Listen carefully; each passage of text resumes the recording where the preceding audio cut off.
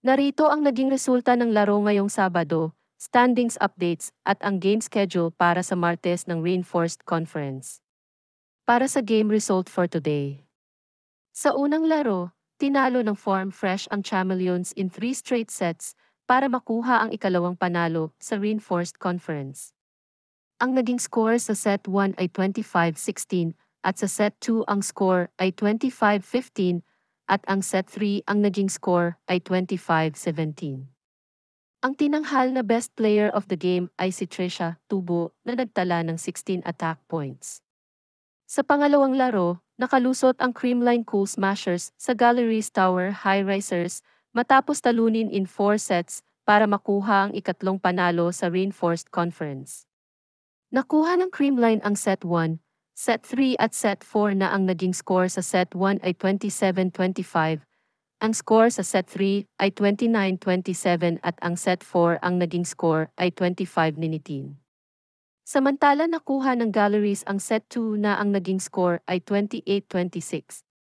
Ang tinanghal na best player of the game ay ang kanilang import na si Erica Staunton nagtala ng 29 points mula sa 25 attack points, 1 service ace and 3 blocks. Sa ikatlong laro, nakuha ng Cherry Tigo Crossovers ang ikatlong panalo sa Reinforced Conference matapos talunin ang High Speed Hitters in 5 set. Naipanalo ng Cherry Tigo ang set 1, set 3, at set 5, samantala nakuha ng High Speed Hitters ang set 2 at set 4. Ang tinanghal na best player of the game ay si Kat Bell na may 39 points from 33 attack points, 1 service ace and 5 blocks. Para sa Reinforced Conference standings updates. Sa Group A, ang High Speed Hitters, Creamline Cool Smashers, at ang Cherry Tigo Crossovers ay 3 panalo at 1 talo. Ang Farm Fresh Foxies ay may 2 panalo at 2 talo. Ang Chameleons ay may 1 panalo at 3 talo. At ang Galleries Tower High Risers ay may 4 na talo. Para sa Group B, ang Signal at ang Akari Chargers ay may 4 na panalo. Ang Capital One Solar Spikers ay may 2 panalo at 2 talo. Ang Petrogas Angels at ang Choco Mocho Flying Titans ay may 1 panalo at 3 talo. At ang Zeus Coffee Thunderbells ay may 4 na talo.